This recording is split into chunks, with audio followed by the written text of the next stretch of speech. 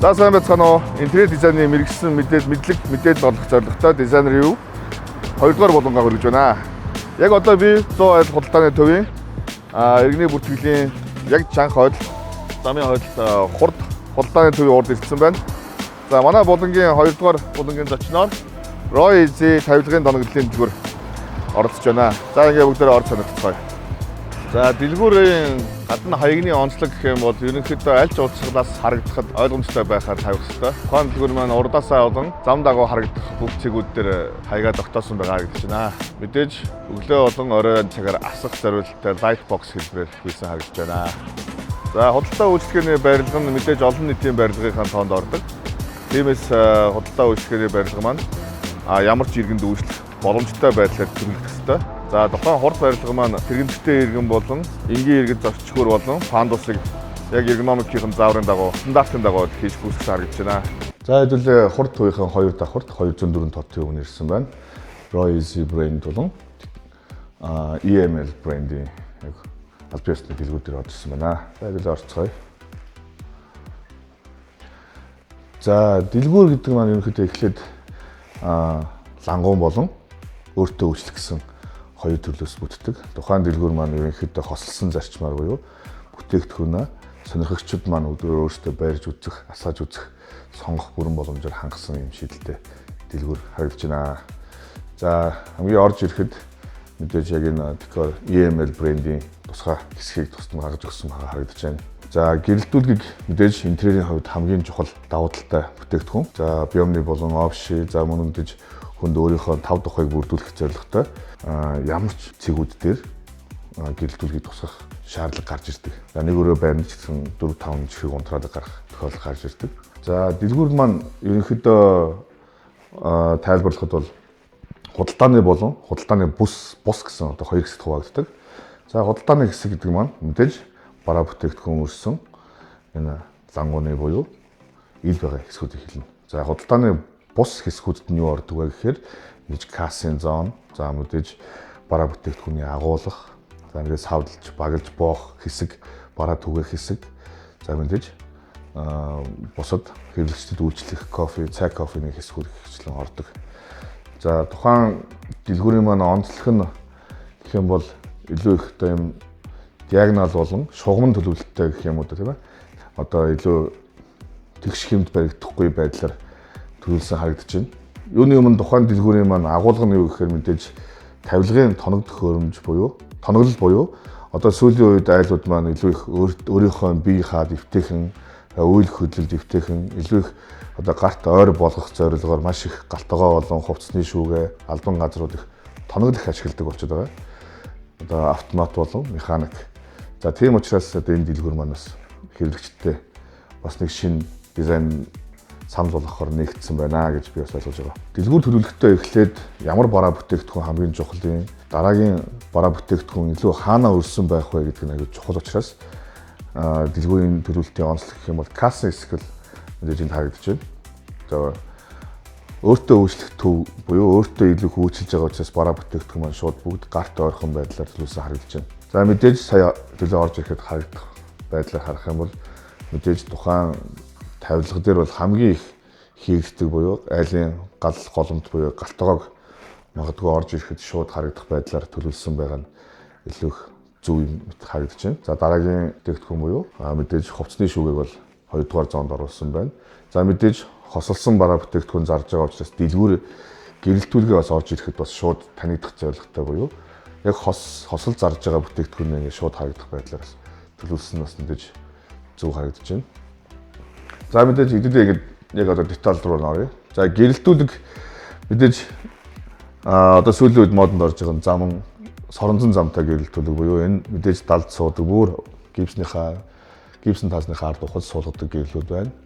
За энэ одоо сүүлийн үед одоо мэдээж дэлхүү зах зээл дээр гарч ирж байгаа. Одоо таасны засал хийгдэхгүйгээр одоо дахиж шинээр ухаж төнгөхгүйгээр шууд шинээр тааз хийхгүйгээр хуучин таазаа бөглөөд ил зам ингэж суулгаад энэ соронзон замуудыг суулгах бүрэн боломжтой болсон байна. Энэ ийм гэрэлтүүлэг зарж байгаа юм байна. За мэдээж дэлгүүрийнхаа загварын онцлог нь юу гэхээр ханаас тааз руу тий таазнаас ингэж 90 градус эргээд буцааж бууж байгаа. Одоо энэ сүүлийн үед интерьерүүд дээр гэрлүүд маань хам таазар их холбогддог болсон. Энэ шийдлийг бас харуулахыг зорьсон илүү их онцлогтой харагдаж байна. Мэдээж тухайн дэлгүүр маань 45 м² буюу жижиг талбай дээр яаж захиад үйлчлүүлэгчтэй хамгийн тав тухтай орчныг бас мэдээж бүтээгдэхүүнээ бүрэн харуулах вэ гэдэг мэдээж анхаарах зорьсон байгаа. За жишээ нь нүдэн гэрлүүд байна. Нүдэн гэрлүүд ингээд сонирхож болж байна. Мэдээж энэ унтраалгуудаа яг хэсэгчилж асаагаад за хэрэглэгч маань барьж үзэх зорилготой учраас мэдээж гарт ойрхон байдлаар нүдэн гэрлүүдэд таазанд биш яасан байна. За соронзон замтай гэрэл дээрээс мэдээж сүүлийн үед энэ тойр гэрэлтүүлэг их орж ирж байгаа гэдэгчсэн. За энийг маш гоё зөв төлөвлөх юм бол бас сүүлийн үед айлын таазан дээр их чимэг болж байгаа гэрэлтүүлгийг зарж байгаа юм байна. За LED гэрэлтүүлгийн хувьд мэдээж юу н онцлог байдаг вэ гэхээр тог багаддаг. За хүссэн зайдал барууга тусгах бүрэн боломжтой. За одоо мэдээж сүүлийн үед смарт болсон учраас удирдлага алсын занаас удирдах унтрааж асаах бүрэн боломжтой болсон байгаа. За энэ гэрэлтүүлгийг бас мэдээж энэ сүүлийн үед онцолж ирсэн. За энэ мэдээж хамгийн сүүлд хамгийн нарийнхан 1 санжийн өргөнтэй 0.5 санжийн цуцантай юм гэрлэлээ. Энэ болохоор удирдлагаараа одоо шараас цагаан хүртэл одоо энгийн хүний харил шараас цагаан гэж ярьж байгаа. Мэргэжлийнхаар бол 2500-аас 6500К хүртэл гэрлийг ингэж нэг дор асааж унтраах мөн хүчийг бууруулж өөрсдөө тааруулсан атмосфер бүрдэх боломжтой ийм гэрэл бас шинээр ирсэн байна лээ. За дараагийн сонирхуулах булан гэх юм бол мэдээж дэлгүүр дээр бараа бүтээгдэхүүнийг танилцуулахаас гадна мэдээж байгалийн гэрэл орох, агаар сэлгэхтэй энэ зүйлүүдийг ерөөсөө мартаж болохгүй. Мэдээж энэ дэлгүүр манаас энийг тодорхой хэмжээнд тооцсон байгаа харагдаж байна. За энэ бас мэдээж наашаа гарч ирээд энэний ардталт нөгөө порт цав онгойлгох юм ашигтай талбай гаргаж өгсөн байгаа. Ийм зай бас гаргацсан байх шиг байна. За дэлгүүр дээр мэдээж бүтээгдэхүүнээ танилцуулахын тулд маш сайн тооцоолох хэрэгтэй байдаг. Мэдээж энэ бол тавилгын дэлгүүрийн юу биш. Тавилгын тоноглолын дэлгүүр учраас тоноглолоо яаж хаана шингээх вэ гэдгээ маш сайн тооцож ер нь бол ямар тоноглол хаана байх вэ гэдгээ сайн тооцоолж зураг гаргуулах зүгээр гэдэг дэлгүүр хийж байгаа тохиол. За энэ дэлгүүрт маань мэдээж галтгооны хэсэгт айлуулах бүгдийг харуулахыг зорьсон байгаа нь харагдаж байна. За хуурай галтгоо, нарийн булан, за онгодог олон тавиртай. За энэ дээр мэдээж одоо манай сүүлийн үед бүсгүүчүүд маань өндөр тавилгуудаас нөгөө аяг шаазангаа авах жоохон төвөгтэй байдаг учраас энэ зүйлүүдийг бол одоо хамгийн их ашиглагдаж байгаа. За энэ мэдээж олон төрөлтэй байх шиг байлаа. Энд юу нь бол шилэн байна. За зэрэг сэтхэн байна. Сүүлдээ автомат бас байгаа харагдажсэн. За галтгоон дээр мэдээж дээд байгаа тавируудыг хүрэхгүй байгаа зүйлсүүд ингэж болж байна. За энэ булангийн шүүгийг бас яаж оруулсан маань харагдаж байна. За тухайн дэлгүүр маань бас өөрөө шоурум илүү их айл ямар галтгоо илүү бас загварлаг байх вэ гэдэг бас тооцоолж баахан хайрцаг саваар дүүргээгүй илүү их шилэн дугуй булантай. За мэдээж одоо си бариул настагч гэх юм уу энэ аль бас галтгооныхоо загварууд дээрээс анхаарч хийсэн байгаа нь харагдаж байна. За дэлгүүрийн бас нэг онцлог нь юу гэдэг вэ мэдээж гэрэлтүүлэг байдаг. Төлөвлөлтөөс гадна гэрэлтүүлэг байдаг. Гэрэл гэдэг маань өөрөө тухайн бараа бүтээгдэхүүнийг одоо маш сайн тодтогч өгдөг. За одоо жишээ нь мэргэжлийнхэн ярихаараа дэлгүүр гэдэг бол бараа бүтээгдэхүүн борлуулах тайз гэж ярьдаг. Мэдээж тайзан дээр байгаа гол дүрийн жүжигчин маань спот гэрлээр ингэж тусгуулж ингэж дуугаа дуулах гэх юм уу жүжигэж үргэлдэг бол бүтээгдэхүүнүүд маань яг гэрэл дунд өөрсдөө ингэж сурталчилж идэг. Тийм учраас дэлгүүр хийж байгаа хүмүүс бол гэрэлтүүлхэн дээр маш сайн анхаарах хэрэгтэй. Тэрний тод жишээ гэх юм бол мэдээж айлууд хуурай галтгооныхоо ард бол гэрэл мэрэл хийгээд байхгүй нь бол ойлгомжтой байна. За энэ дээр бол мэдээж бүтээгдэхүүнээ сурчлах зорилгоор хойноо ингэж гэрэл хийсэн харагдаж байна. За мэдээж айлууд маань бас хэрвээ жоохон сонирхолтой төрөх юм бол хойноо гэрэл хийж бас болно. За дараагийн хэсэг рүү очие. Дэлгүүр бол мэдээж логогоо маш сайн сурчлах хэрэгтэй. Альва брендийнхаа логог хаана яаж байршуулснаар нь хүмүүс орж шууд таньж мэддэг байх, дадал зуршил болгох зорилготой. За энэ тухайн зурагт бас байршуулсан байна. Дэлгүүр дээр бас мэдээж light box зурагт буюу хөдөлгөөнд мэдээллийг маш сайн шингээсэн байх хэрэгтэй гэдэг. Дараагийн мэдээж хэсэг маань айлын бас хамгийн чухал хэсэг болох одоо хувцсны шүүгээ хэсэг харагдаж байна. За хувцсны шүүгээ гэдэг дээр бол мэдээж айлууд маань янз байдаг. Бүр хаалгагүй. За зүгээр битүү шүүгээ, за бүр шилэн хаалгатай шүүгээ гэх мэтлэг маш олон төрөлд хуваагддаг. За энэ дээр болохоор мэдээж хувцсныхаа тоноглоодыг бүрэн харуулахын тулд мэдээж хаалган байхгүй нь ойлгомжтой байна. За энэ эхлээс нь танилцаад явъя. За бүтээгдэхүүний чанарыг илүү их харуулахын тулд тухайн бүтээгдэхүүнээ бас ямар орчинд яаж байршуулснаас хамаардаг. Жишээ нь одоо энэ тавилгын бүтээг одоо хавтан гэх юм бол мэдээж Eagle брендийн хавтангаар хийсэн байгаа гэж хэлж ирсэн. Одоо Герман чанартай буюу Монголд байгаас бокс хийдэг хамгийн үнэтэй хавтангаар хийсэн гэжсэн. Тийм учраас бүтээгдэхүүндээс илүү их ач холбогдол өгч.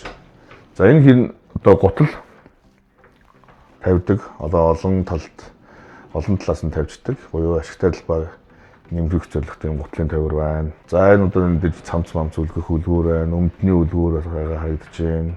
Энэ дээрээс маш сайн анхаарах хэрэгтэй. Айлууд хувцсныхаа шүүгийг ингэж буланд хийхэд булангийн за нэг бол өгчдөг, нэг бол илүү харанхуй булан болж ирдэг. Тэрийг бас яг ингэж ашигласан юм тоногл бас хийсэн байна. Энэ бас маш одоо интерьер дизайнээс аюул чухал нөлөөтэй. За энэ толь байна те. Толлыг одоо энэ маш олон төрлийн толиуд байдаг. За энэ толны бас мэдээж надад таалагдж байгаа нь юу гэхээр айл болгон юм том өрөө байхгүй учраас нөгөө хаалган дотроос байж болдог хэмжээтэй. Тэгээ хаалган дотроос ингэж их нугас мусанд нь саадлаад авахгүйгээр гарч ирээд ингээд толио харчих боломжтой юм мини толь байна. За энэ брэндүүд дээр мэдээж бүр томоор ингэж гарч ирдэг гой толиуд байгаа. Тэр нь илүү их одоо өндөр түвшний бие олон талбайтай одоо том талбайтай айлуудыг зориулагдсан. За энэ бас их таалагдсан.